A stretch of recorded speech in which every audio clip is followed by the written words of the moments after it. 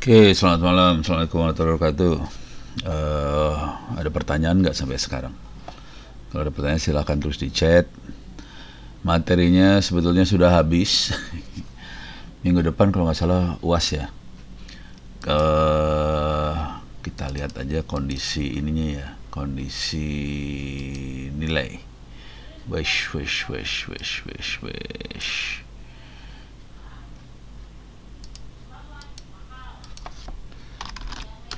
Salah.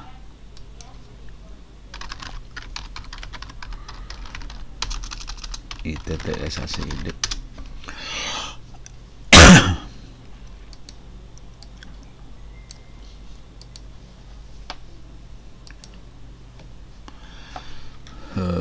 Oke.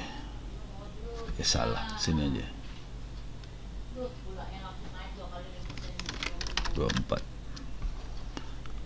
Nih kuliahnya. Oke, nilai.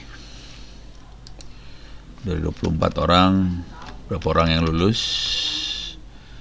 24 tuh sayanya ada 3 kalau nggak salah. Jadi kurang 3 sebetulnya. Nih, 1 lulus. Dimas lulus 2. Irfan Maulana 3.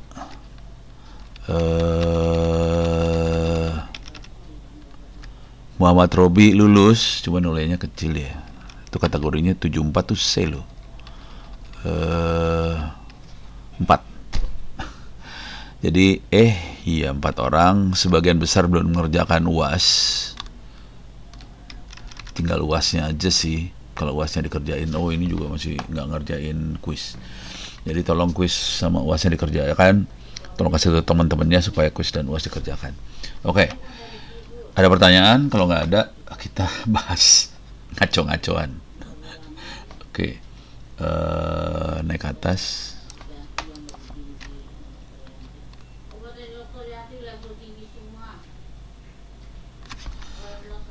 Oke, course.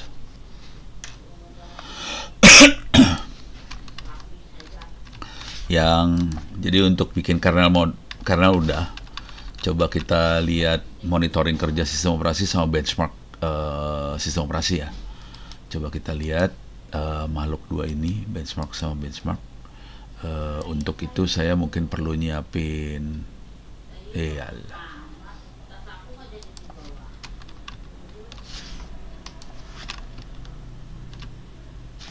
monitoring kerja sistem operasi.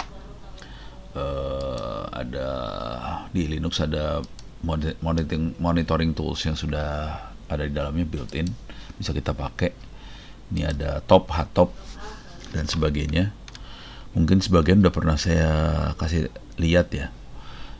Cuman di sini yang belum pernah kita coba sama sekali adalah benchmark. Benchmark tuh ngukur ya.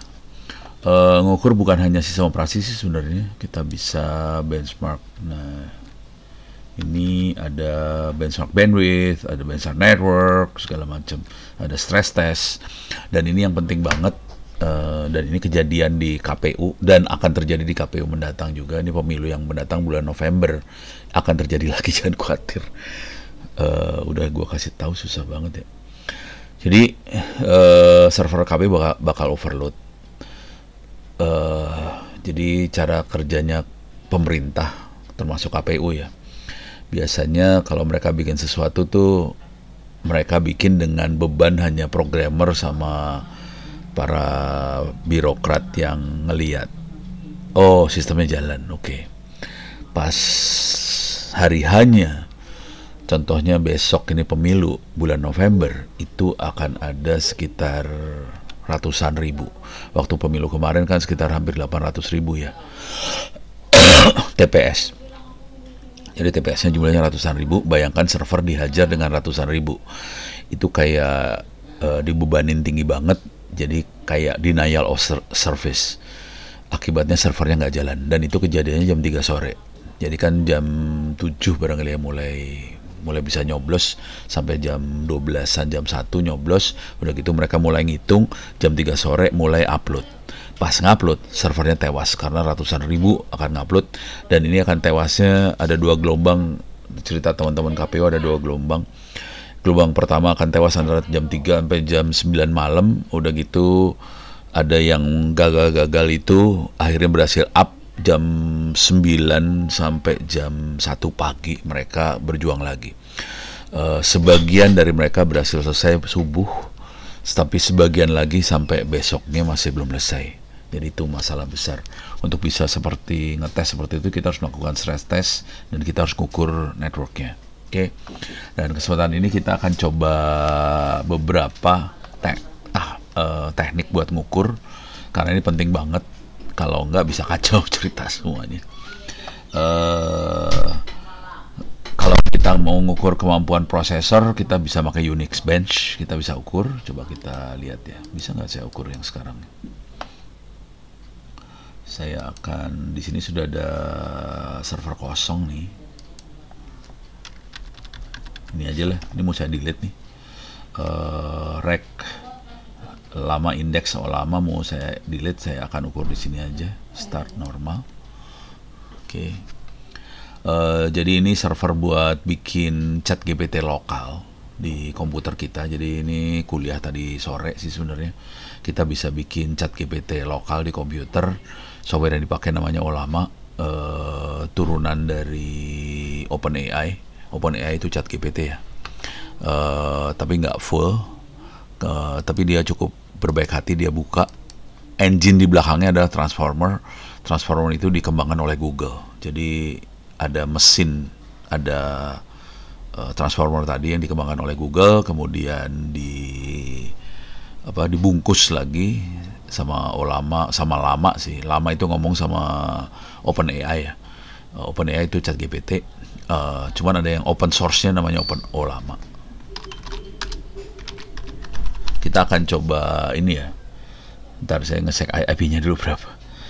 If config 192.168.01.146. Jadi kita akan coba tes makhluk ini. Saya akan coba masuk dari sini.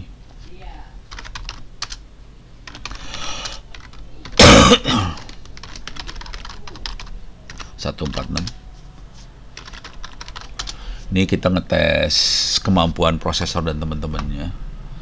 Oke.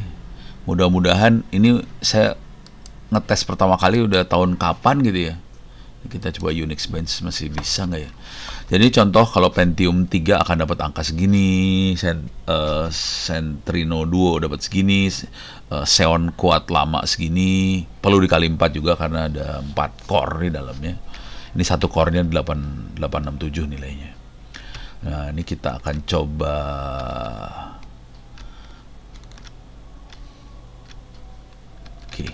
kita akan coba instalasi. Saya udah lama nggak pakai ini, jadi kita akan coba. Bisa nggak ya? Coba. Oke.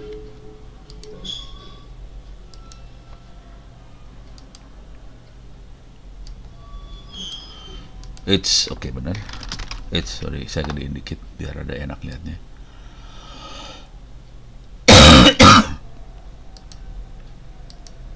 Oke, ini saya geser ke sini dikit biar ada enak lihatnya. Sudo su apt update. Saya harus install berbagai aplikasi pendukungnya dulu.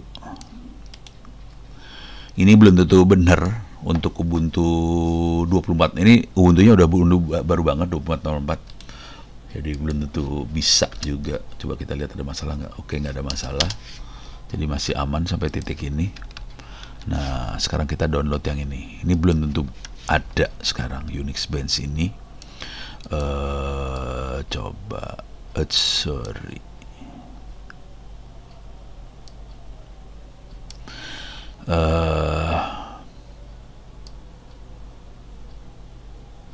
Coba saya ambil sini, saya cek dulu ya. Masih ada nggak makhluknya? Jadi ini didukung oleh Google, saudara. Oke, masih ada. But Unix Bench, coba lihat di download versinya versi berapa. Versi terakhir 5.1.3, ini tahun 2011. Sekarang 2024. Jadi udah geblek banget sih sebenarnya. Ini udah. Jadi ini adalah contoh aplikasi untuk apa? Benchmark, mengukur prosesor, dan udah nggak didukung lagi, nggak dikembangin lagi. Terakhir 2011. Oke. Jadi udah 13 tahun yang lalu. Kita coba aja, kalau masih bisa jalan alhamdulillah, kalau nggak bisa jalan ya minta maaf. Jadi kita harus nyari lagi yang lain. Ini saya uji coba aja sih, saya udah lama juga nggak pegang ini makhluk ini. Terakhir tuh berapa tahun yang lalu ya, 5 tahun yang lalu kali saya pegangnya. Jadi kita coba lagi, mudah-mudahan masih bisa. Ini lagi nginstall dia, nginstall aplikasi yang dibutuhkan. Sambil nunggu saya akan download makhluk ini. Jadi saya akan buka ini lagi.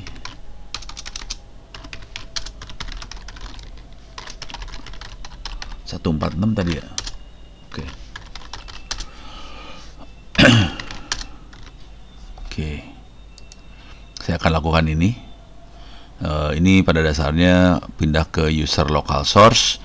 Ini download, terus di unzip, terus kita pindah ke foldernya Unix Bench, terus ini compile, dan ini run. Run butuh waktu beberapa lama untuk run tuh ngukur benerannya.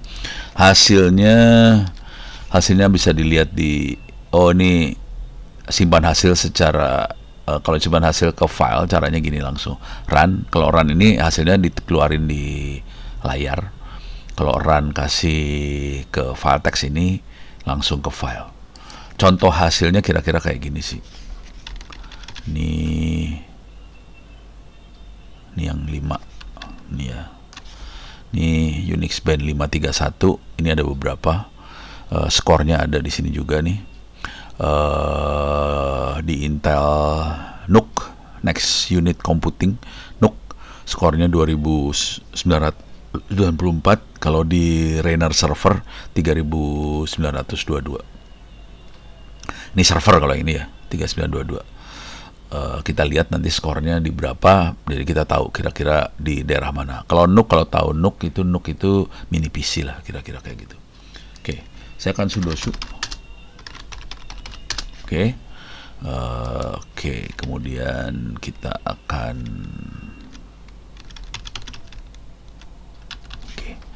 ini saya akan langsung ke sini wget. Copy. Oke. Cepat banget ya.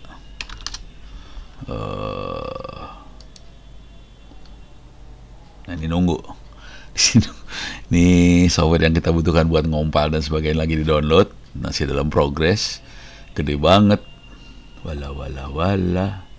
Banyak banget yang di downloadnya ya. Parah banget nih. Ini downloadnya parah.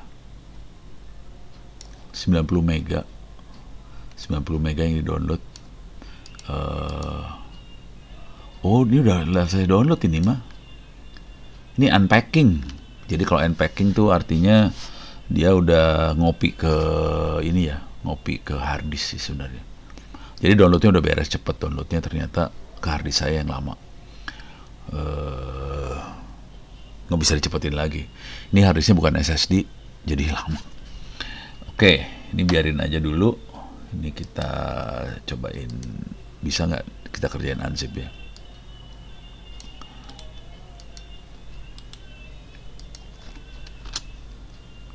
Unzip belum ada. Jadi dalam proses install. Oke, yaudah. Ini kita kepaksa posisi nunggu karena ini lagi diproses baru 5%. Nah, sambil nunggu kita ngerjain yang lain. Jadi kira-kira gitu aja. Saya kasih lihat hasilnya aja deh, biar nggak penasaran banget. Jadi dia akan mengecek banyak hal. Nih tampilannya kira-kira kayak gini. Dia akan make all segala macam. Terus dia akan ini ada algoritma buat ngecek, ngetes register. Ada yang double precision, throughput, file copy, ini berarti ke hard disk dan sebagainya. Terus juga ada call overhead ke sistem operasi, shell script, terus dia ngecek register lagi, double precision segala macam. Ini dikali 4 artinya dia pakai 4 core-nya nih ya. Setelah itu diukur semua, mulai dia kasih summary-nya, terus dia ngasih tahu nih hasilnya sekian detik apa berapa sampel. Akhirnya dia ngasih tahu skornya sekian sih. Kalau 4 paralel, 4 CPU sekaligus dipakai, jadi 4 core dipakai sekaligus, dia kasih tahu juga hasilnya segini. 3922. Kalau yang itu satu core yang tadi 1000 sekian tuh satu core, jadi satu core-nya 1000 lebih. Kalau 4 core-nya hampir 4000. Tapi nggak sampai 4, nggak dikali 4 sih sebenarnya. Jadi dia punya dua nilai, antara satu core dan 4 core, kira-kira kayak gitu. Jadi tergantung jumlah core yang ada, beberapa mesin core-nya bisa sampai ratusan core satu prosesor. Jadi itu seru banget. Oke, ini beres ya. Jadi hasilnya kira-kira gitu. Cuman ini nunggunya lama banget. Kalau kelamaan ya percuma juga ditungguin ya. Ini 60%. Lama banget sih. Ya udah, nasib lah. Oke, sekarang kita akan melakukan pengukuran yang lain. Ini kalau selesai bisa kita kerjain, kalau nggak selesai ya udah di skip aja. Ini Unix Bench, itu ngukur si prosesor. Sebaiknya kita punya referensi mesin lain buat pengukuran. Jadi kalau saya udah saya catat-catatin tadi, kalau apa sih namanya tadi, Rainer server berapa, NUC berapa, segala macam. Jadi kita tahu komputer kita posisinya ada di mana. Ini terutama akan kerasa banget kalau kita beli laptop baru apa segala macam. Ini laptop baru performanya lebih bagus nggak sih daripada laptop yang lama kita punya segala macam. Oke, ini ngukur sambungan kita ke RAM sih sebenarnya. Ini ngukur ke memorinya kita. Oke, berapa bagus memorinya kita. Kita bisa ngecek untuk transfer file ke transfer data dari prosesor ke memori itu berapa cepat sebenarnya. Ini dia bisa ngasih lihat, ini contoh, ini bisa untuk 1 mega, untuk 2 mega memori. Nggak semua memori kita hajar, hanya sebagian aja ke memori buat sampelnya aja. Ini metode apa yang dipakai? Memcopy, dump tuh ngedump data ya, ngopi data gede-gedean. Ada MCB block dan sebagainya, dan kita bisa ngelihat kecepatannya kayak gimana. Kalau kita lihat ngedump data tuh paling kecil sih kecepatannya. Kalau yang memcopy itu memori ke memori ya biasanya. Ngedump data tuh memori ke register kayaknya ya. Oke. Kita bisa ngelihat kecepatannya kayak gimana. Jadi ada bottleneck sih sebenarnya. Di proses dump tuh kelihatan bottleneck, tapi yang memcopy sama MC block hampir samalah kecepatannya. Yang MCB blocknya lebih gede. Nah, tinggal kalau mau nyoba kita harus install ini. Kita coba ya. Pura-pura bego aja. Cuman mesin gua habis. Coba dosa berani. Oke. Belum selesai. Itu kan cuma nyoba buat nyoba aja ya. Ya udah, kita ini sayang nih kalau ini, soalnya mesin ini mau saya delete emang sih. Jadi selesai kuliah ini mesin ini akan di delete. Soalnya mesin gagal install Olama nih sebenarnya. Install Olamanya gagal di sini. Jadi emang mau saya delete sih mesinnya. Sebelum delete dikaryakan dulu. Ya udah, biarin, kita nunggu yang ini biarin. Tapi kira-kira kayak gini kita bisa ngelihat. Cuman sarannya gini deh. Nah, kalau mau enak kita punya motherboardnya sama. Cuman merek RAM yang dipakainya beda. Dengan cara itu kita bisa tahu RAM mana yang lebih bagus. Gitu. Ini buat ngecek RAM-nya sih. RAM apakah Vigen lebih bagus dari mana gitu. Jadi kayak gitu-gitulah. Oke, jadi dari situ kita bisa nentuin RAM mana yang lebih bagus. Ini buat memory bandwidth benchmark. Jadi ngukur bandwidthnya ke memori. Nah, salah.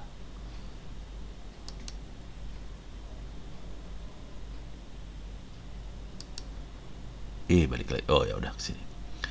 Ini udah memory bandwidth. Ini yang bench ini hampir sama semua. Ini buat ngukur sistem operasinya langsung. Ini khusus buat memory.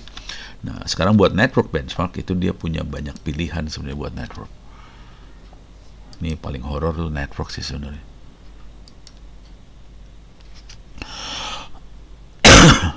Dia bisa ngecek respons aplikasi, bisa paket per second, bisa bandwidth, bisa ngukur file sharing, bisa ngukur DNS, bisa ngukur SQL, bisa ngukur web. Dan ini enaknya kalau kita pakai buat membandingkan antar mesin sih, udah gitu. Ini saya pernah pakai akhirnya buat paper journal juga sih. Jadi ini bisa dipakai buat paper journal sih sebenarnya. Kebetulan waktu kemarin saya membandingkan buat internet offline, bandingin antara Raspberry Pi, mini PC dengan mesin virtual. Tapi ngukurnya diukur kayak gini, gitu. Ya jelas yang paling bagus ya mesin virtual ya. Soalnya komputernya gede. Jadi mini PC juga kalah lah sama Xeon gitu ya, kalah lah mini PC. Kalau Raspberry Pi lebih kalah lagi, kasihan banget lah performance-nya. Oke, kita akan cobain ya yang ngukur paket per second. Ini bisa dicoba satu-satu kalau mau iseng. Salah satu hobi saya adalah ngukur paket per second. Ini paling enak buat ngukur kemampuan router. Jadi itu akan kelihatan banget antara router abal-abal, bukan router abal-abal ya, router rumahan yang biasa kita pakai di rumah. Kan kita biasa pakai IndiHome atau apa ya di rumah, pakai FTTH. Routernya kan kecil-kecil. Bandingin dengan router yang dipakai sama provider. Paket per secondnya jumlahnya beda banget gitu. Walaupun dua-duanya perform ya. Untuk kebutuhan rumah mungkin prosesor kecil oke. Cuman kalau router rumah itu kita pakai di provider, bonyok dia karena banyak banget server-server yang ditempel ke situ. Jadi kita butuh router gede. Jadi kita bisa ukur kemampuan paket per secondnya. Nah dari situ kita bisa mengira-ngira, oke, router ini bagus apa kagak sih kalau mau kita pakai di provider, kira-kira kayak gitu. Buat contoh aja mikrotik per second.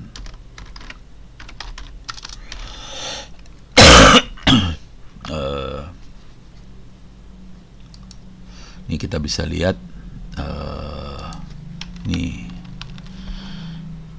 dia paket per secondnya ini untuk 802.11a ya. 802.11a berarti dia WiFi wireless. Kecepatannya 56 Mbps. Dia bisa dapat segini. Nah, tentunya akan beda banget kalau kita pakai kabelan. PPS-nya bisa naik gitu ya. Oke, jadi kita bisa ngelihat sih. Nanti kelihatan banget sih antara WiFi sama kabelan beda banget. Terus sama fiber beda banget. Tapi itu nanti yang kalau udah mulai main kayak gituan, kelihatan lagi yang akan bikin masalah bukan si interface-nya, bukan WiFi, bukan LAN, bukan fibernya. Yang bikin masalah lagi nanti adalah prosesornya. Jadi kalau di provider prosesornya harus gede sih. Kalau enggak paket per secondnya turun gitu. Oke, nah kita bisa ngeliat, kalau mau iseng bisa digituin lah, kita cari-cari paket per secondnya berapa sih yang kita punya. Nih mikrotik lagi nih, dia nanya, bisa nggak saya ukur sih? Ini pertanyaan normal, orang pada ngukur-ngukur.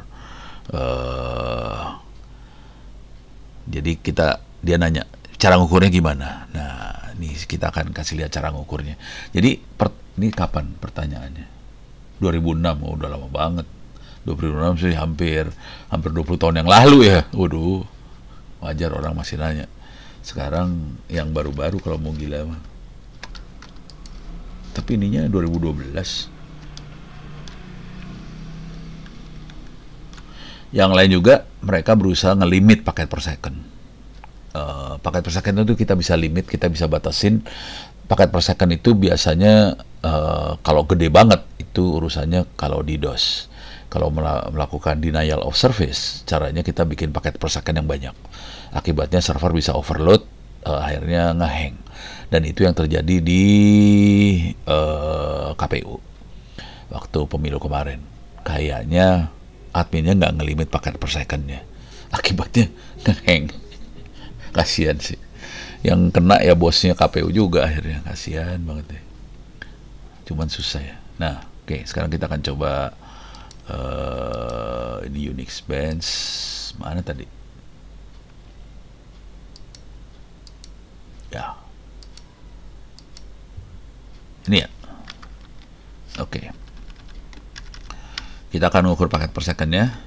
Cara paling blow on adalah pakai ping. Sebenarnya pakai ping ini paling blow on banget. Jadi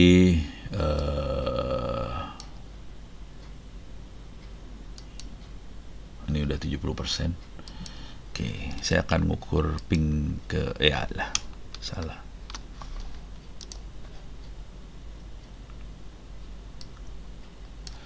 Ke saya sendiri ya. Ini kan servernya satu, ini servernya.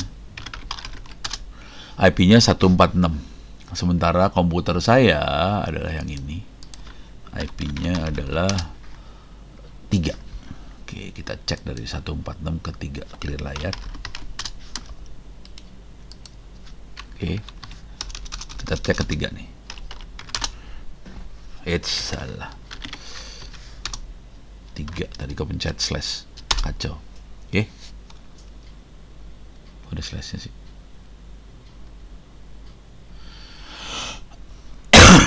Oke, dia ngirim dari ini ke 3.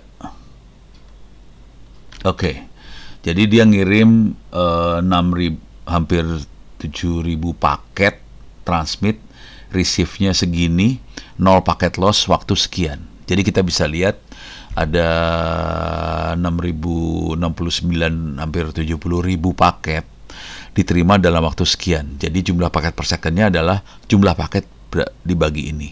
Oke, jadi tinggal pakai kalkulator biasa aja. Tapi dikali 2 ya, karena dia transit sama receive. Jadi ada 2 paket sih sebenarnya. Jadi kalkulator, ini dia kalkulator. Jadi ngitungnya gampang banget sih sebenarnya kalau kayak gini. Tapi ini hitungan nggak presisi sih sebenarnya.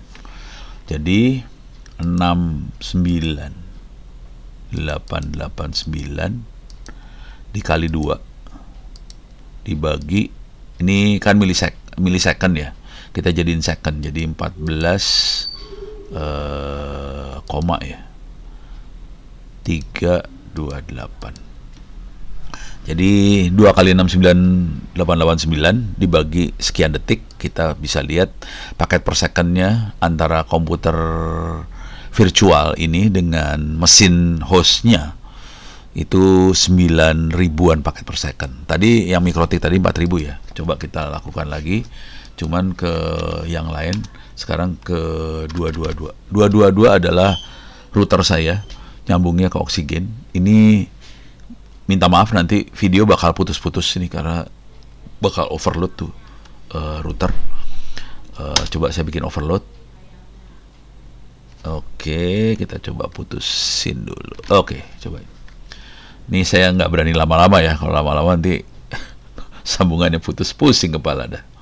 Nah, kelihatan kita punya paket loss sekian. Oke.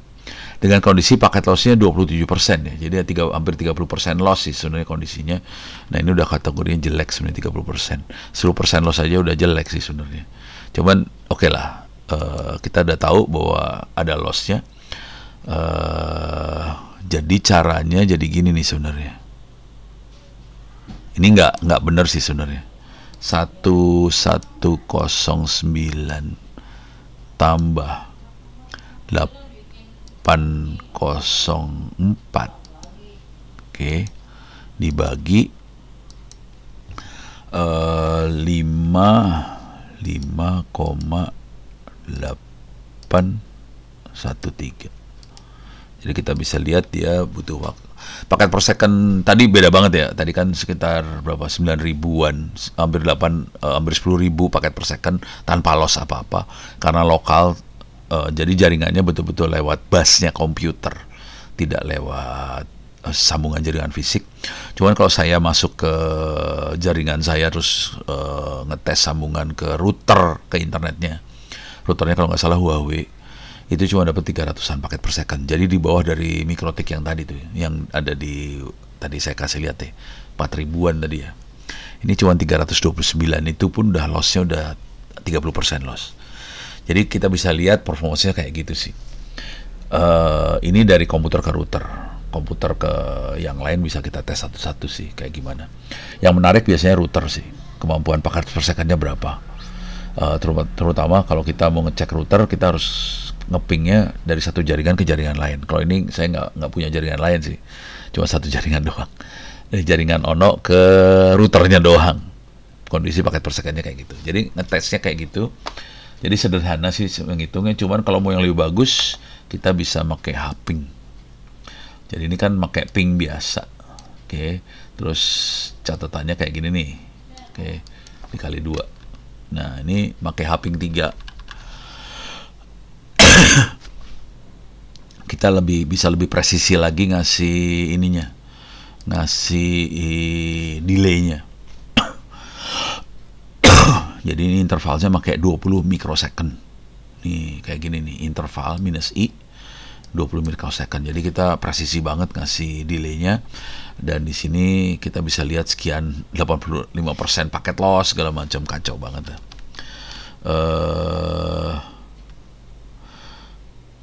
Kita bisa oke, ini caranya gitu ya. Jadi mikrosecond ini harus kita, kalau dia masih 0% lossnya, kita turunin terus sampai dia loss. Kalau ini kondisi udah loss nih 85%. Jadi kalau dia masih 0% paket loss, kurangin lagi interval antar paketnya sampai dia loss. Oke. Nah, kalau udah dapat baru kita hitung nih.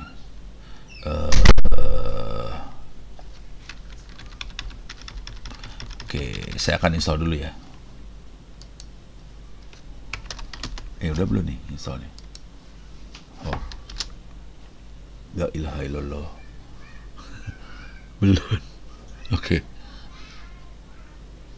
31 detik lah.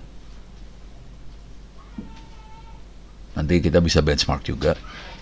Jadi biarin dia benchmark, tapi nanti saya harus install haping 3 juga ya, buat bisa ngetes paket loss tadi. Nanti kita paket lossnya ke host langsung. Tapi host itu paket lossnya hampir nggak ada paket loss, agak susah. Mendingan kita ke router karena paket lossnya gede kalau ke router. Jadi mungkin intervalnya nggak bisa 20 mikrosecond kayak tadi, nggak bisa kayak gitu paket lossnya. Jadi enaknya pakai yang ini, kita bisa ngatur banget. Nah ini,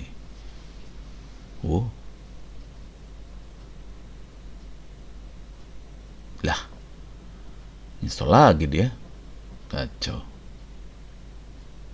Waduh.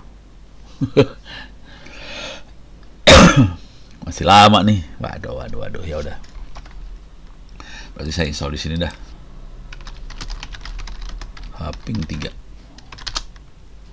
Ini saya installnya di komputer saya langsung yang buat kerja ya. Soalnya yang itu lagi kerjain install tuh, rada kacau tuh.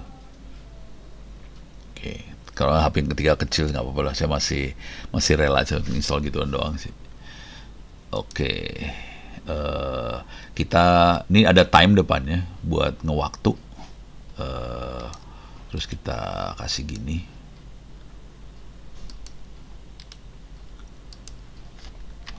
Nah, cuman di sini harus dirubah di sini. 0146 tadi ya. Kalau ini ke mesin virtual yang ada di komputer saya. Oke. Ini ngirim. Kita diemin dulu bentar sampai ya seenaknya aja kita lepas. Ini kelihatan paket lossnya 2%. Jadi oke banget sih. Ini udah mulai loss sih sebenarnya dengan kondisi 20 mikrosecond antar ini. Udah 2 paket. Kalau mau dibikin 25, misalnya 25 gitu ya, masih loss nggak? Tuh, ke 4, 6 jupan lalu kayak orang ini aja ya.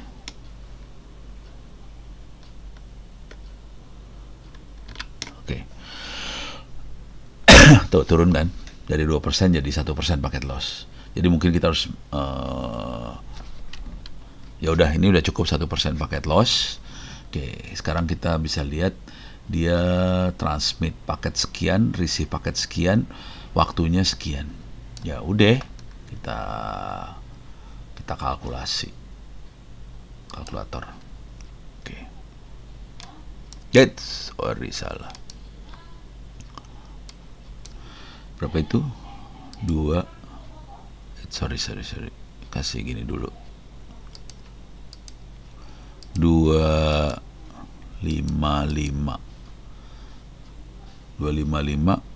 719 plus 254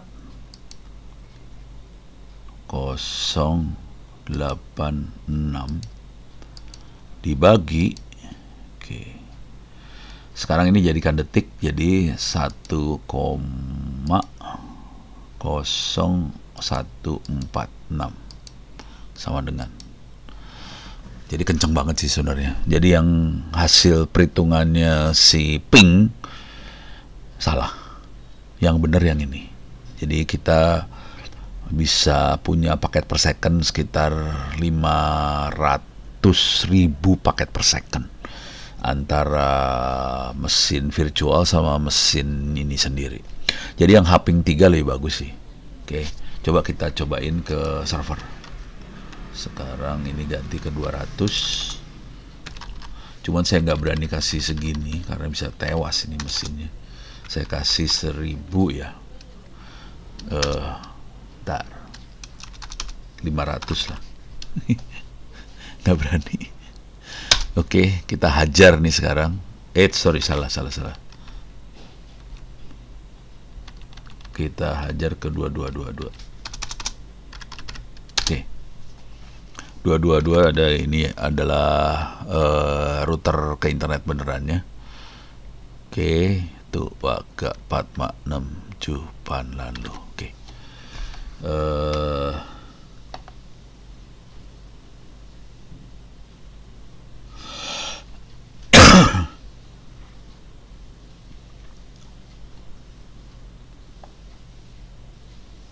Salah tadi ngitungnya.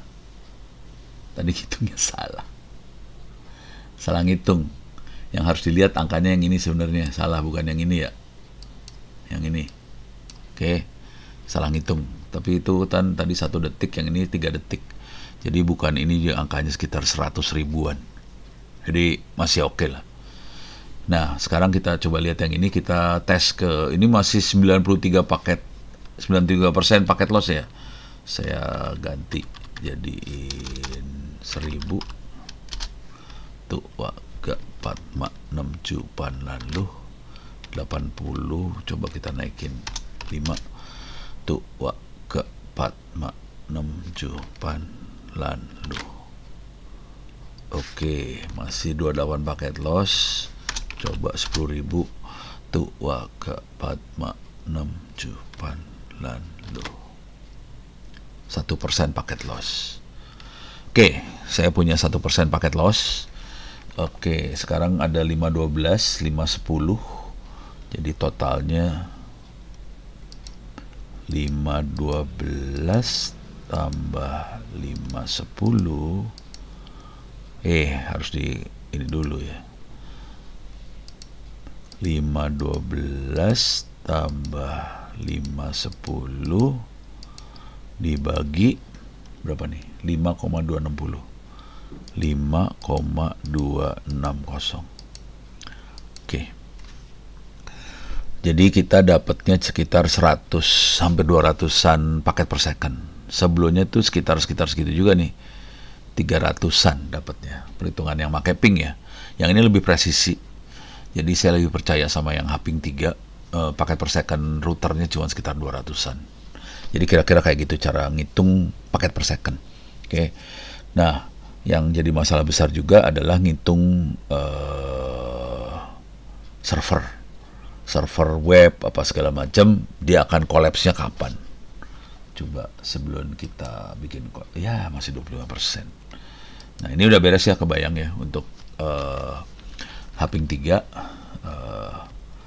itu 2 yang dipakai. Sarannya sih pakai Haping 3. Cuman kalau mau estimasi kasar aja, Ping juga oke, boleh lah. Tapi kasar banget itu.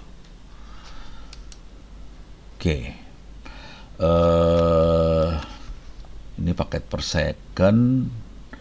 Kita bisa ngukur bandwidth. Ini kalau ngukur bandwidth itu kira-kira kayak ini loh. Kayak apa sih? Speed test. Kan kita sering kalau pegang HP speed test ya. Ini sama dengan speed test sih sebenarnya ngukur bandwidth. Pada dasarnya kita transfer sebuah filenya kita tahu ukurannya berapa, terus kita menitin. Dari situ kita bisa tahu berapa byte per detik sebetulnya bandwidthnya. Cuman kayak gitu doang sih sebenarnya. Nah, software yang dipakai kayak gini sebenarnya. Pakai NC aja bisa.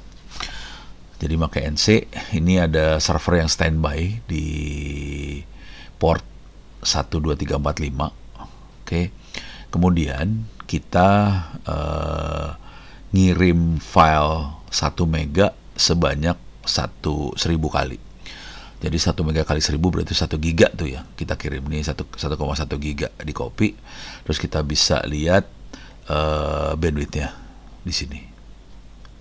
Cuman ini 26 megabyte per detik. Karena dia byte, kita ngitungnya biasanya bit, harus dikali 8. Jadi bandwidthnya sendiri adalah 8 kali 26 megabyte per detik.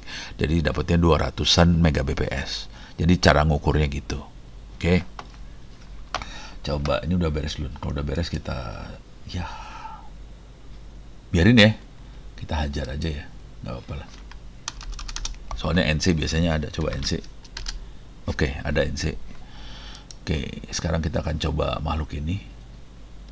Ini akan kita bikin standby di server.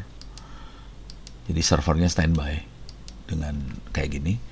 Jadi ini caranya ngukur speed test, tapi bikin secara manual ya, kita sendiri yang ngerjain. Nah, ini kita standby di server. Oke, server udah standby di port 123.456. Sekarang kita akan bikin dia standby juga. Oke, sudo su. Oke, sekarang kita akan, jadi DD itu biasanya kita pakai buat ngopi partisi. Ini gila nih, ngopi partisi. Tapi partisinya dev0, jadi kita ngopiin bit 0, kita kirim jumlahnya 1 mega sebanyak 1000 biji ke dalam port ke server ini, gitu kira-kira ini. Cuman harus diganti nih, bukan 1 ya, tapi 146.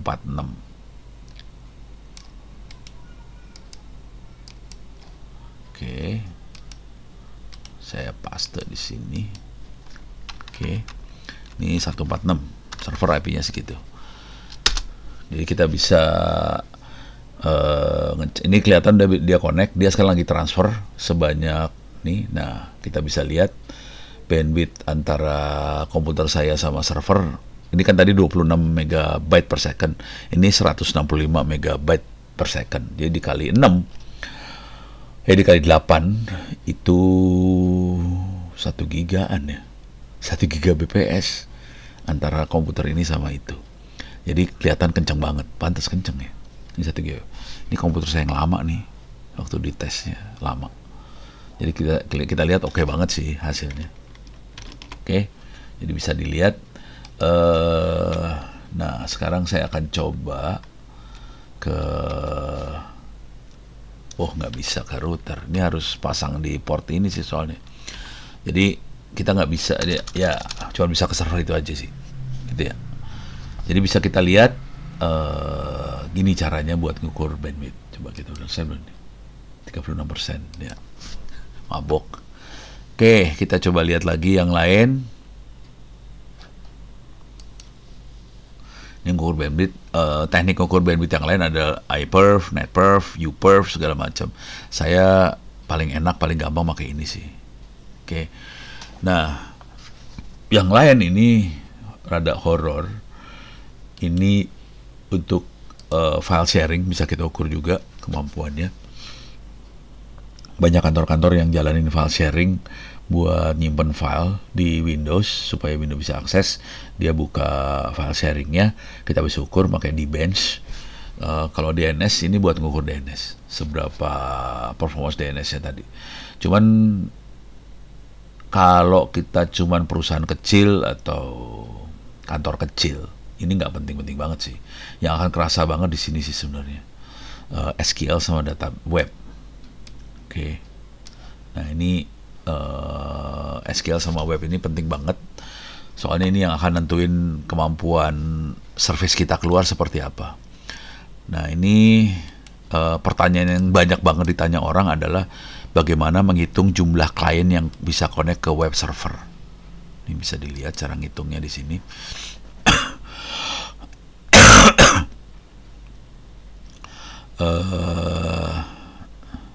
Kita bisa ngelihat pakai ini Apache, dia makainya berapa. Oke. Tapi ini saya server Apache-nya nggak ada ini. Jadi bisa dilihat cara ngitungnya kayak gini sih kira-kira. Jumlah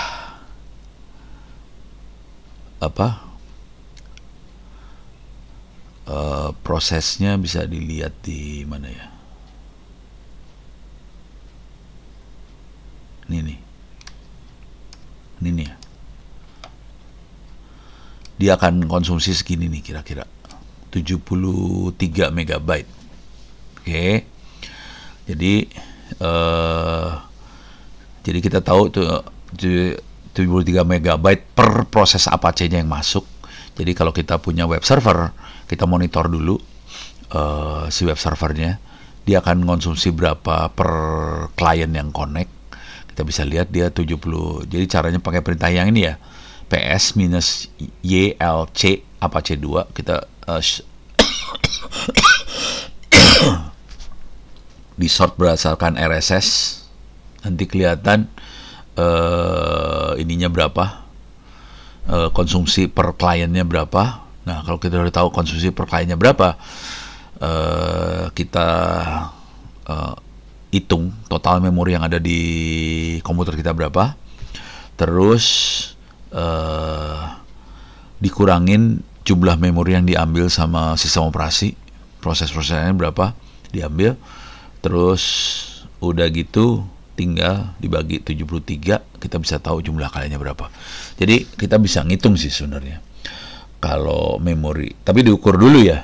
Untuk tiap-tiap aplikasi bisa beda soalnya RSS-nya, SZ-nya beda tuh, size per proses size-nya bisa beda untuk tiap proses.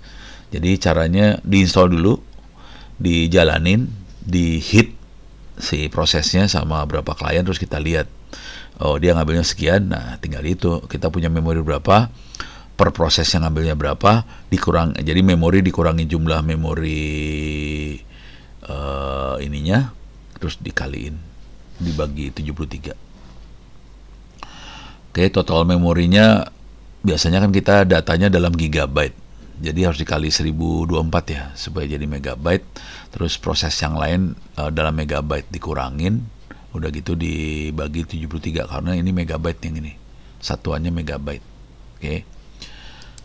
Oke, ini caranya buat ngukur jumlah klien yang bisa connect ke Apache.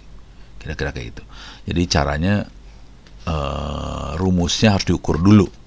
Oke, deh beresnya. Itu Apache kita bisa lihat. Ini buat web. Cara lain yang sering saya pakai adalah saya ngehajar webnya langsung. Dihajar sampai si webnya tewas.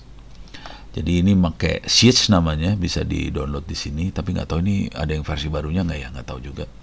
Jadi pakai Sheets ini kita bisa ngehajar sampai si webnya tewas. Bisa di-download dari sini. Ini cara downloadnya. Ini versinya 314. Coba kalau yang barunya berapa nih sekarang?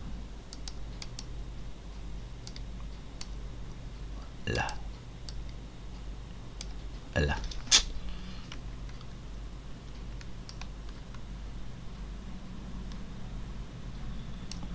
Oke, kita coba versi terbarunya berapa, saya nggak tahu soalnya udah lama nggak pakai. Tapi ini keren banget nih, Sorry, ini yang saya paling suka yang ini sih sebenarnya. Oke. Ini dia masih ngembangin sampai 2023.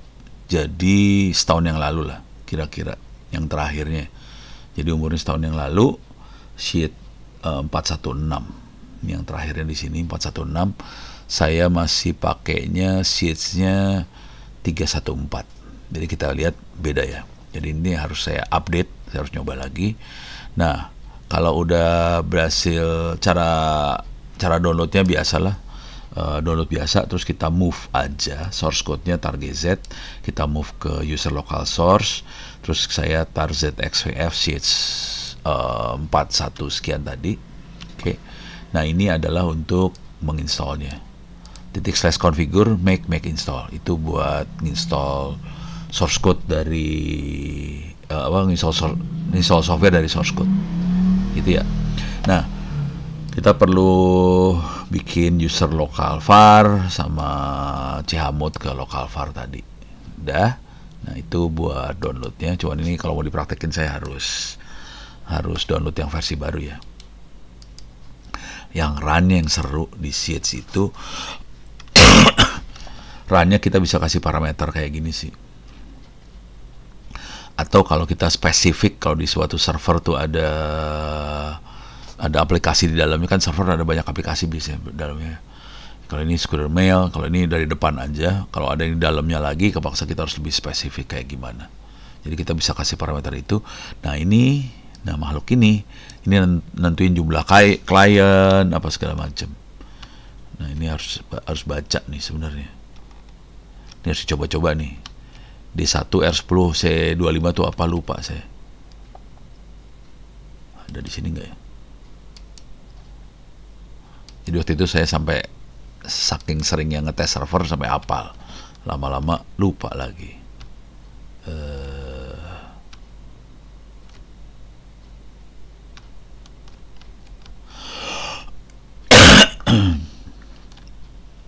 Ini ada.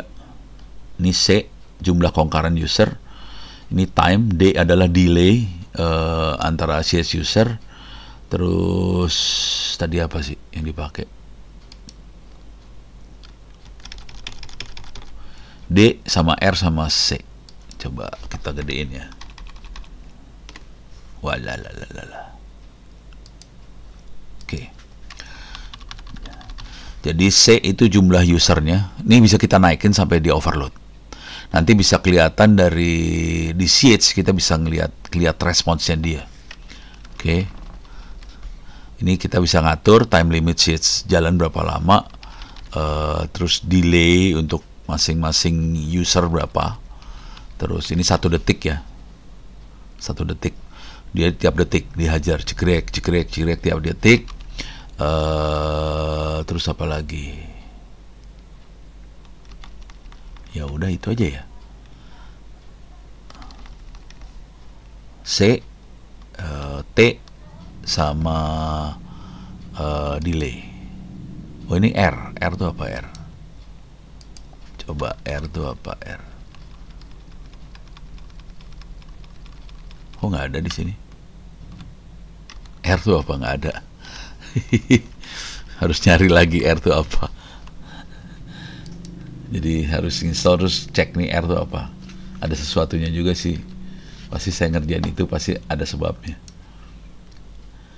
Oh, dia juga bisa multiple URL.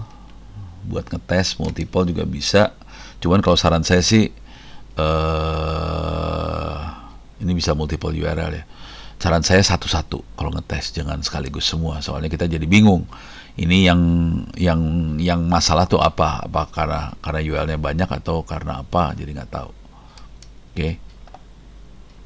Bisa post, bisa apa segala macam.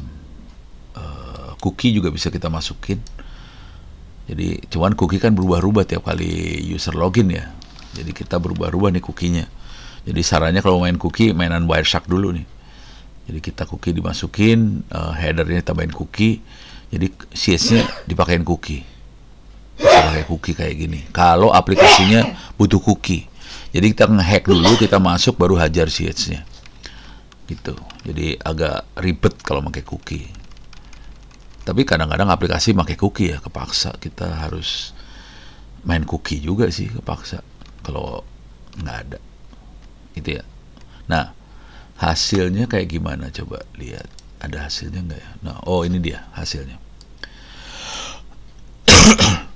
Ini hasilnya kayak gini. Saya biasanya ngetes sampai titik. Jadi ini kliennya saya ini klien 25 hasil kayak gini. Naikin, klien 30 hasil kayak gimana sampai availability-nya turun. Oke, sorry. Jadi sampai ini turun, terus elapsed time berapa, dicatat semua. Ini semua kalau dibikin grafik, ini bisa keluar grafiknya seru banget nih. Oke, contohnya, nih concurrency-nya berapa, successful transaction berapa. Jadi ada sekian hit yang suksesnya berapa, fail transaction-nya berapa, transaction rate-nya berapa. Tapi kita bikin grafik dengan cara kita naikin yang ininya, C-nya. Oke. Nah, itu bisa kita lihat di paper journal. Yang mana ya? Yang ini bukan. Ini salah. Coba yang ini. Ini dia.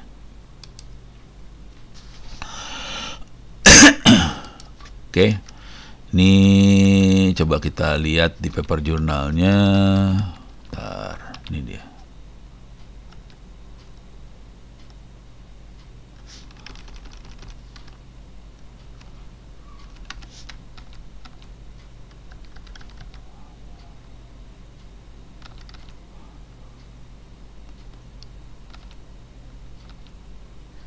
Oh, salah. Ini tentang Hyperledger. Sorry. Yang ini kali. Ah, ini dia. Iya. Ini nulisnya sendirian dong. Ini gila. Oke. Ada nggak? Nah, ini ngukur. Kalau kita ingat tadi itu ngukur apa sih ini? Ngukur bandwidth. Kita bisa lihat nih bandwidthnya.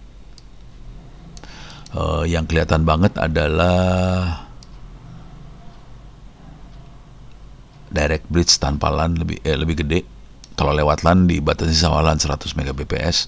Cuman WiFi dia langsung ngedrop bandwidthnya 50. Emang bandwidthnya WiFi emang segitu, mau diapain? Ini kita bisa ngelihat Apache web server kayak gimana untuk beda-beda mesin ya, Raspberry Pi lewat LAN, Raspberry Wi-Fi, Asus segala macam kita bisa lihat. Ini ngukurnya satu-satu. Kemudian kita ambil angkanya dibikin tabel seperti ini. Jadi akibatnya ini kerjaannya lumayan sebenarnya karena ada 1, 2, 3, 4, 5, 6, ada berapa nih? Ada 7 variasi. Nah, ini pakai CH, ini pakai CH. Ini availability-nya tadi, ini masih user sampai 20 klien masih 100%. Cuman kalau udah mulai 30 kelihatan ngedrop nih. Yang ngedrop paling parah itu adalah Raspberry Pi. Sementara yang pakai VM kelihatan nggak terlalu ngedrop. Jadi Raspberry Pi sama mini PC, Asus nggak terlalu ngedrop. Yang jadi mesin yang VM di mesin gede aman sih sebenarnya, masih sampai ratusan user masih oke. Kiwix adalah web Wikipedia tapi dibikin offline, itu Kiwix. Nah, yang di sini adalah jumlah hitnya. Kita lihat jumlah hitnya yang bisa dihandle kalau pakai Raspberry Pi kecil, paling 1000-an nih kayaknya di sini nih. Iya 1000-an lah kayaknya di sini. Cuman kalau yang lain bisa sampai gede banget nih. Terus yang 4 core gedenya dahsyat. Yang 4 core gedenya dahsyat. Jadi ini ngukurnya pakai CH dan dihitung satu-satu. Jadi satu klien ada catatannya, 2 klien ada catatan, terus bikin script supaya kita bisa bikin tabel seperti ini. Asli mabok ngerjainnya sih. Mabok banget ngerjainnya. Nah, ini transaction yang sukses sama yang ini transaction rate. Kita bisa lihat sama, yang 4 core banyak yang sukses sampai puluhan ribu sukses. Rate-nya juga jumlah transaction per detiknya naik banget nih. Ini transaction per detiknya gede. Kalau pakai Raspberry Pi kecil, pakai mini PC Asus 150-an, sementara pakai PC gede. Yang ini PC gede nih, i5 sih kalau nggak salah. Tapi kita mainnya di VM ya.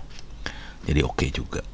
Jadi ngeliatnya gini. Jadi ini Data sheets-nya sendiri sih aslinya sih seperti ini untuk setiap tes ini. Jadi bayangkan kita harus ngetes berapa mesin, terus dinaikin C1 berapa, C2 berapa, C3 terus sampai C berapa puluh, dapat catatan kayak gini. Catatannya di parsing, diambil semua, bikin grafik. Mabok ngerjainnya, tapi jadi paper jurnal. Oke. Bentar, mana sih tadi? Nah ini beres ya.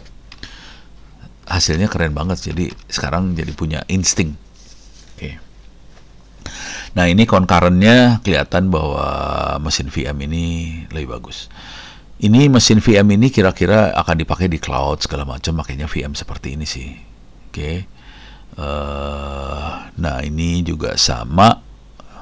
Oke, cuman antara Asus sama VM ini ada di atas lah kira-kira. Tapi Raspberry Pi-nya di atas ini satu ngaco nih, nggak tahu kenapa dari sini nih, ngaco banget nih. Nggak tahu. Cuman jumlah kliennya sih 100-an. Nah ini yang kita perlu tes juga. Kalau di mana sih namanya? KPU ini udah mainnya bukan 100 klien dia. Kliennya dia 800.000 klien. Kliennya itu TPS. Jadi harusnya ditesnya cara-cara kayak gini di KPU.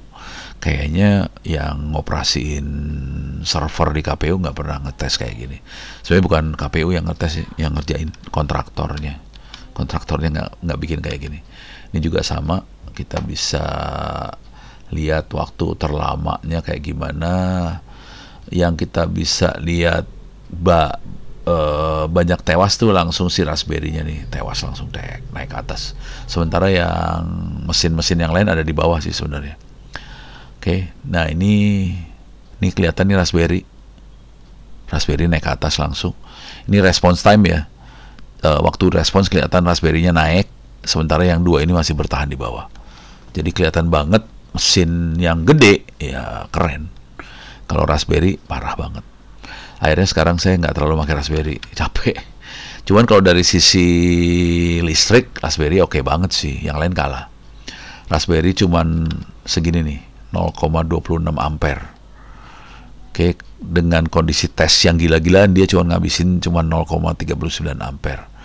Jadi kita bisa hitung dari sini nanti berapa hari gitu. Kira-kira bisa seharian sih. Mana sih? Kan baterai itu ada yang 10.000 miliampere hour ya, 10 ampere hour ya. Jadi kalau kita cuman membebani 0, cuman setengah ampere, itu berarti bisa 20 hour, kira-kira kayak gitu sih. Jadi bisa lama banget bebannya kalau pakai Raspberry. Bagus untuk ngehemat baterai, tapi kalau mau beban tinggi sebaiknya pakai server beneran sih. Itu. Oke, jadi ini paper journal sih hasilnya dari ini semua. Oke, beres ya. Jadi ini cara ngitungnya segala macam, ini hasilnya.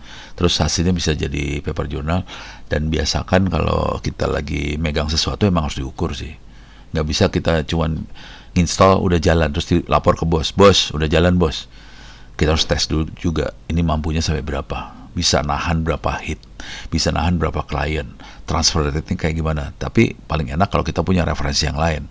Jadi kita bandingkan antara server kita sama mesin yang lain, misalnya desktop kayak gimana efeknya, bagusan yang mana. Jadi yang nerima kerjaan jadi lebih enak nerimanya. Gitu. Coba ini udah beres belum? Oke, ini beres. Oke. Sekarang kita akan coba lanjut dikit ya. Mana sih tadi? Unix bench, oke ini dia. Ya lah, back dulu kali. Ya, Unix bench.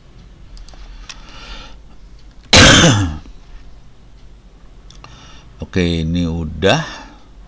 Sekarang kita akan lakukan ini.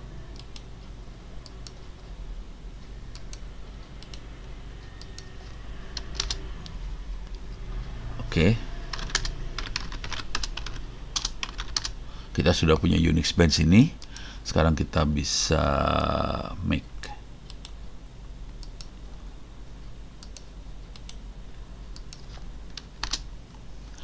Jadi ini ngompile dari source code. Oke, ada berapa, bukan error nih, apa sih namanya, warning lah, ada warning. Oke, nah sekarang saya nggak akan nge-save ke ini ya, nggak akan nge-save ke file. Saya akan ngasih lihat hasilnya di layar aja. Jadi saya run aja, taruh di layar hasilnya. Oke, nih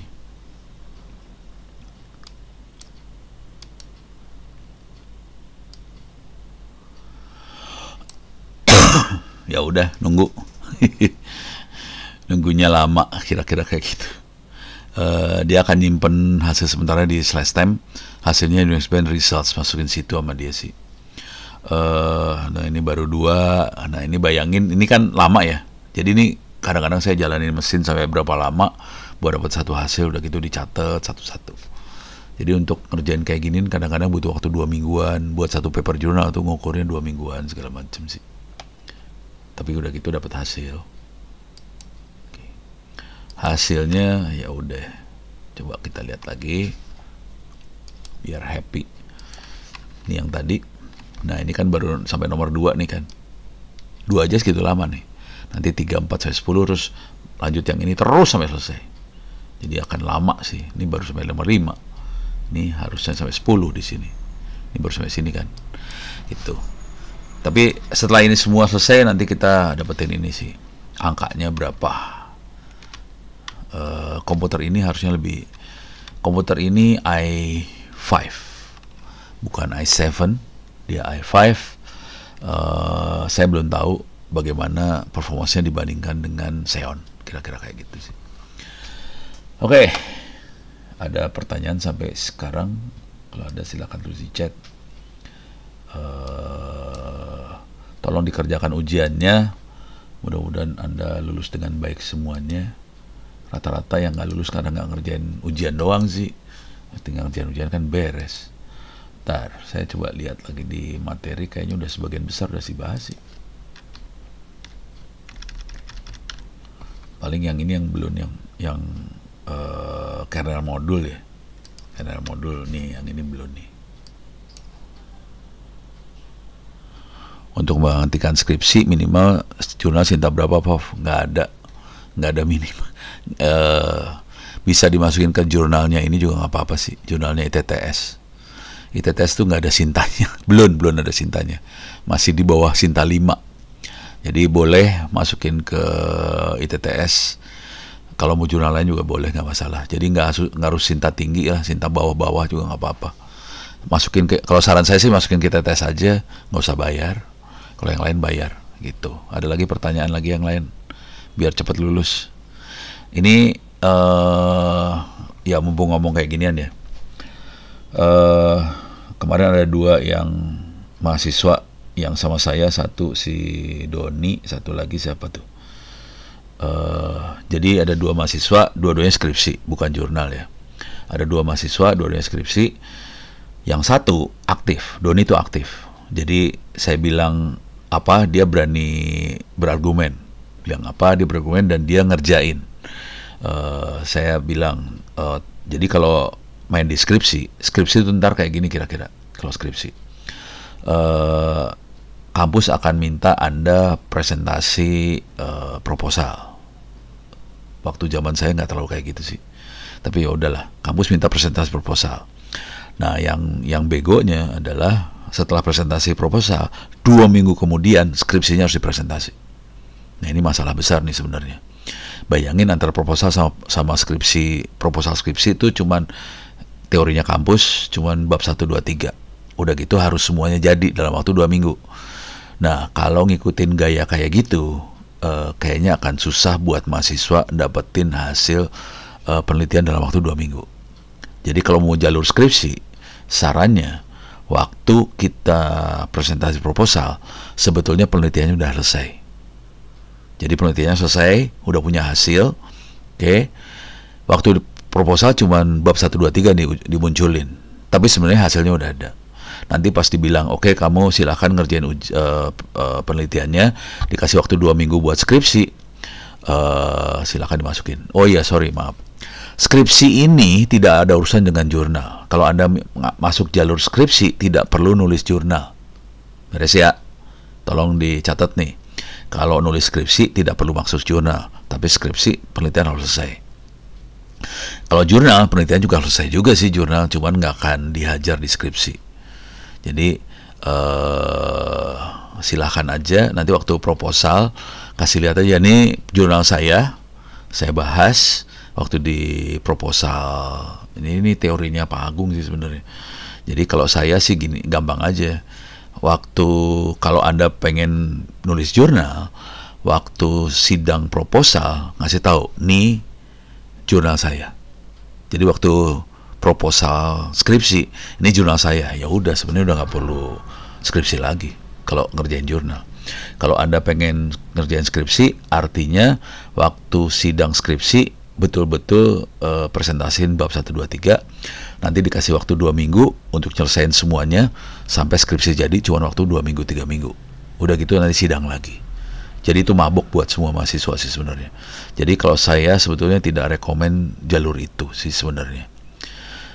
Mendingan jurnal sekalian masukin terus, tapi jurnal butuh waktu. Kalau masukin ke ITTS, jurnal ITTS mungkin lebih cepat ya. Gitu.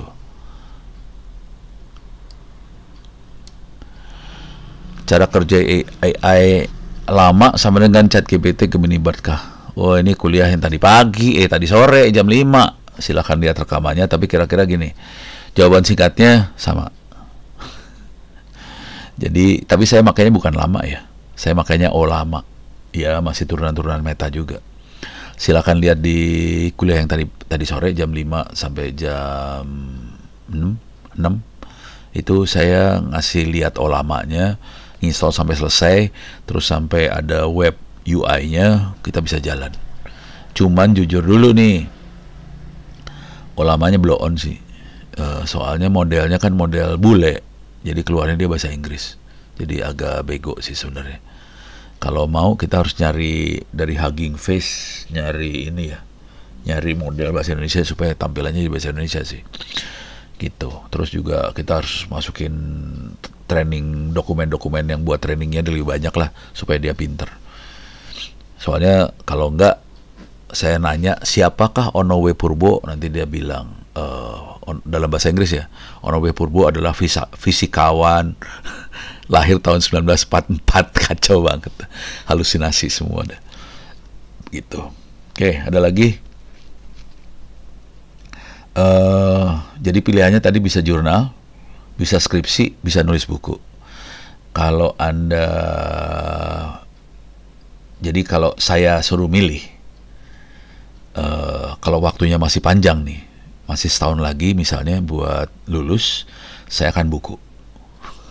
Lebih gampang soalnya buku daripada ngerjain yang dua itu. Dua itu lebih susah loh. Asal tahu aja, jurnal sama skripsi lebih susah daripada buku sebenarnya. Jadi kalau kita punya waktu lebih panjang, setahun misalnya, mendingan nulis buku. Kerjakan dalam waktu 1 bulan, masukin ke penerbit yang cepat, namanya Alex Media ternyata. Tapi sarannya masuk yang PDF, jangan masuk yang cetak. Kalau cetak lama ceritanya, ntar jadi setahunan. Mendingan yang PDF bisa ordernya bulan, nanti bisa langsung terbit tuh. Bentuknya PDF bukan cetak ya. Nah, Alex Media juga kemungkinan akan naruhnya di Amazon. Jadi pakai Alex Media, bentuknya PDF, buku cepat. Kalau udah mulai kepepet, tapi masih setengah tahun atau berapa, boleh jurnal. Jurnal masih bisa, tapi jurnalnya kalau mau gampang masuk jurnalnya ITTS.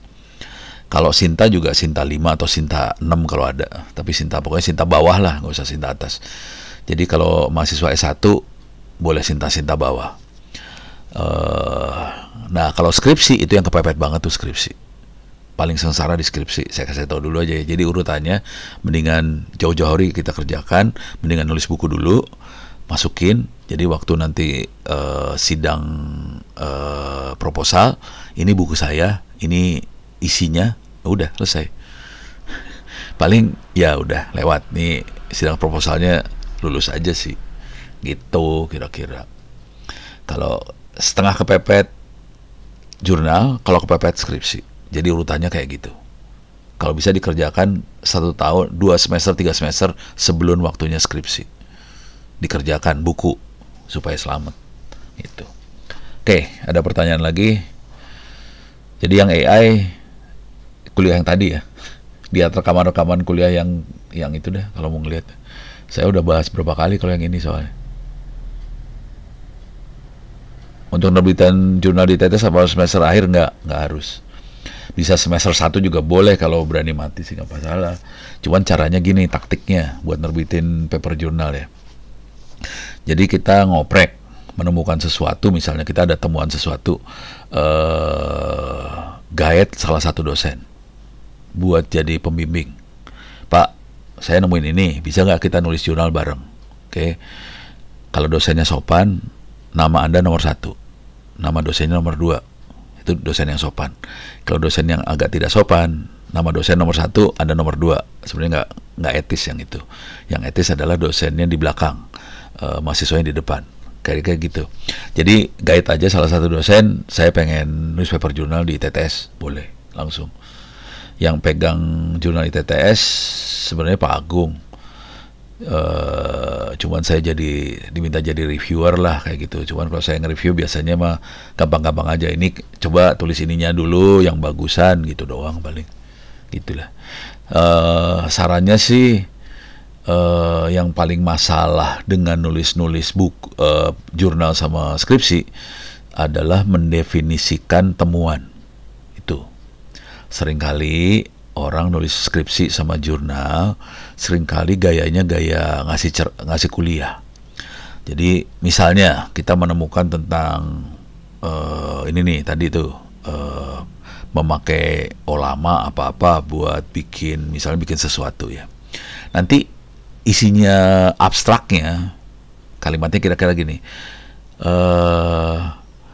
Generative AI adalah ini, cara kerjanya kayak gini, salah satu software yang dipakai namanya Olama.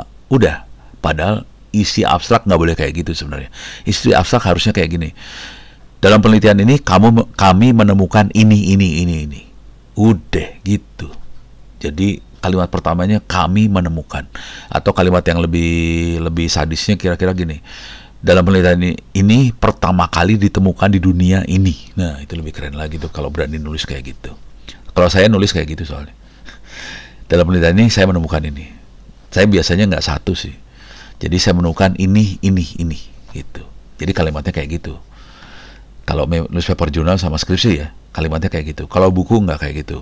Kalau buku kalimatnya adalah ilmu ini adalah ya, mulai definisinya, konteksnya, baru nerangin ilmunya kayak gimana gitu.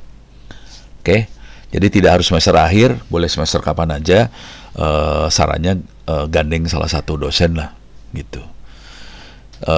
Kalau gandeng saya, sebaiknya gandeng dosen lain juga. Jadi jangan saya aja, ada dosen lain. Kasihan soalnya dosen lain ntar nggak dapat kredit. Kalau kreditnya semua ke saya kan kasihan dosen lain. Jadi gandeng aja dosen lain gitu. Ada lagi pertanyaan? Kalau ada silahkan. Nggak ada, aman. Jadi kalau ada butuh referensi apa segala macam, kalau butuh buku-buku, silahkan kirim email ke saya, kirim harddisk. Nanti bukunya saya kopiin semua. Buku ini lagi ngopi buat 2 kampus nih.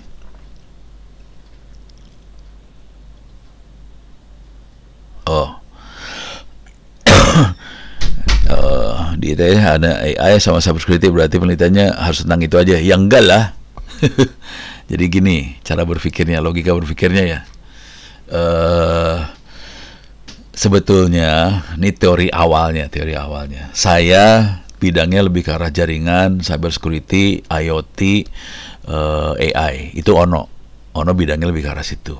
Sementara yang namanya jurusan informatika lebih ke multimedia sebetulnya. Itu ada Bu Via segala macam tuh mainnya multimedia sih sebenarnya. Jadi bisa ke arah multimedia boleh, sah.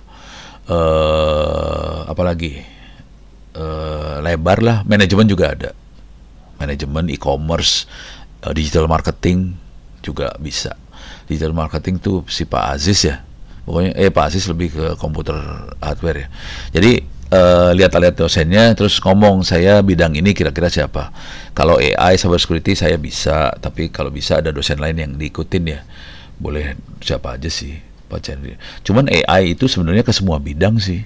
Cyber security juga semua bidang. Contoh, AI itu bisa untuk melakukan membantu pengambilan keputusan. Nah, pengambilan keputusan bidang apa tuh? Lebih ke manajemen sih sebenarnya. Jadi bisa kemana aja. Ini kayak Wildan hari ini, Wildan itu lagi bantu Bapedanya Tangsel. Dia pakai AI buat menganalisa datanya yang ada di Tangsel. Dia akan melakukan perdukunan. Jadi dia lebih ke arah sana akhirnya, gitu. Jadi boleh apa aja sih sebenarnya. AI itu lebar kemana-mana sih, semua bidang pakai AI, kedokteran jadi pakai AI, biologi pakai AI, semua pakai AI. Jadi bisa aja kita bekerja sama bidang lain, nggak masalah sih. Cuman nanti sarannya gini, ngomong dulu sama dosen di ITTS-nya. Saya tertarik misalnya AI untuk ini ya, peternakan, bukan peternak lah, perikanan atau perudangan, itu yang kerasa banget di tambak udang. Tambak udang bener-bener pakai AI sama IoT. Dan mereka invest beneran di IoT sama AI di tambak udang di Indonesia tuh pakai itu. Ya udah, nggak apa-apa, silahkan. Cuman kan dosen ITTS nggak ada yang punya tambak udang, jadi harus ngomong, harus cari yang lainnya. Jadi harus kerjasama antara yang punya tambak udang, dosen ITTS sama andanya, jadi kerjasama kayak gitu. Kalau andanya kita kan yang tugas akhir kan dari sisi AI sama IoT-nya ya dicampur buat tambak udang gitu. Jadi bisa kemana aja sih sebenarnya. Beres, oke. Ada lagi pertanyaan? Aman ya, oke. Tolong kalau boleh saran, saya lebih ke buku sebenarnya. Cuman kalau pengen penelitian ya nggak apa-apa, sah-sah aja. Penelitian satu jurnal tuh cuma sekitar 9-8 halaman. Tapi biasanya sama referensi bisa sampai 9-10 halaman. Referensi sendiri bisa 2 halaman sendiri soal referensi. Yang jurnal yang bagus referensinya bahasa Inggris, sebaiknya jangan pakai referensi bahasa Indonesia. Terus jumlah referensinya, kalau saya bikin paper biasanya jumlah referensinya sekitar minimal 24. Kalau bisa sekitar 40-an referensi. Kenapa segitu? Dan semuanya bahasa Inggris. Jangan biasakan pakai referensi bahasa Indonesia. Semuanya bahasa Inggris supaya reviewer jurnalnya langsung setuju dengan jurnal kita. Kalau jurnalnya bahasa Indonesia, itu reviewernya langsung, ini kayaknya paper meragukan, coret gitu. Untuk magang Awan Ayo, outputnya wajib buku. Bukunya gini ceritanya. Awan IO itu dia butuh modul-modul buat ini juga, modul buat apa sih namanya, buat customer, buat training segala macam. Jadi sebetulnya waktu kita belajar di Awan IO, kita nyatet prosesnya semua. Kemudian dia butuh modul tadi buat ngasih workshop, ngasih training segala macam. Enaknya keluarnya dalam bentuk buku. Makanya bukan wajib buku sih sebenarnya, memang kebutuhan dia. Nah, sebaiknya nego, ini buku akan gua kerjain, tapi tolong dong gua dibantu, misalnya bantu biaya transport, uang transport apa segala macam, kayak gitu. Jadi bisa dinego kayak gituan. Jadi wajibnya, jadi mereka ngasih magang itu dengan kebutuhan. Cuman jujur dulu ya, mereka sambil melihat Anda juga. Kalau Anda kerjanya keren banget, takutnya bisa direkrut gitu. Kalau ini sambil kerja di lapangan beneran kerja, nah itu harus mikir mau pindah kerja atau tetap di kerjaan yang lama, itu aja sih.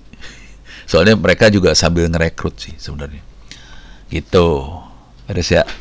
Cuman kalau udah kerja sekarang sih, tempat kerja yang sekarang juga dipakai buat magang juga nggak apa-apa. Siapa yang ngeharusin pindah juga nggak apa-apa sih sebenarnya. Gitu ya. Ada lagi pertanyaan? Aman? Aman ya? Oke. Kalau aman ya udah. Cuman minggu depan kayaknya kita ujian kayaknya ya. UAS ya. Tolong UAS.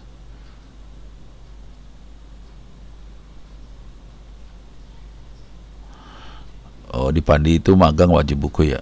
ya sama semua di Pandi kayak di Awan IO kayak di mana-mana mereka semua rata-rata butuh mahasiswa magang itu buat mendokumentasikan apa yang ada, kira-kira kayak gitu cara berpikirnya.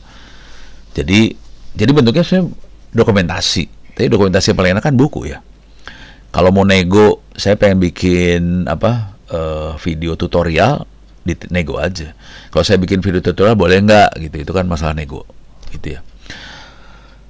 Kira-kira isi bukunya seperti apa? Bukunya adalah produknya dia kayak dokumentasi produk, kira-kira kayak gitu.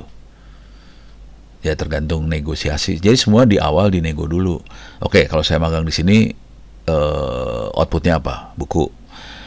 Yang mau dibahas di buku apa aja? Itu nego semua. Gitu. Beres ya? Jadi tolong dinego aja semuanya biar enak. Sama-sama happy lah, kira-kira kayak gitu. Ini berarti udah pernah di Pandi ya? Ya udah nggak apa-apa sih. Wildan aja mau magang 2 kali, dia pada magang pada lebih dari 1 kali, nggak apa-apa sih, sah aja semua. Oke, ada lagi? Aman? Oke, ya udah.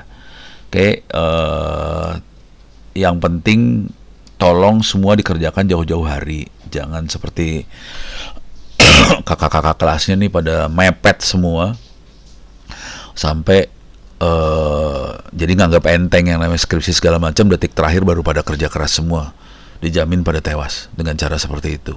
Oke, ini siapa si Dino, si Doni masih mending nih, karena dia berani tektokan sama saya terus, akibatnya dia kerjanya lebih bagus.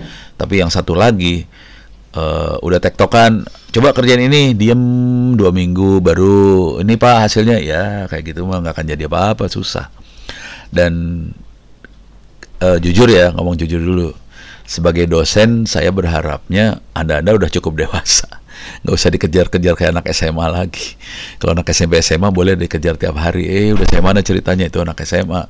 Kalau dosen ya cuek aja, lu mau lulus ya lu harus tahu sendiri dong kewajibannya gitu. Cuman saran saya kerjakan semua jauh-jauh hari supaya aman. Jangan pernah ngedadak, pasti susah banget kalau ngedadak. Gitu sih.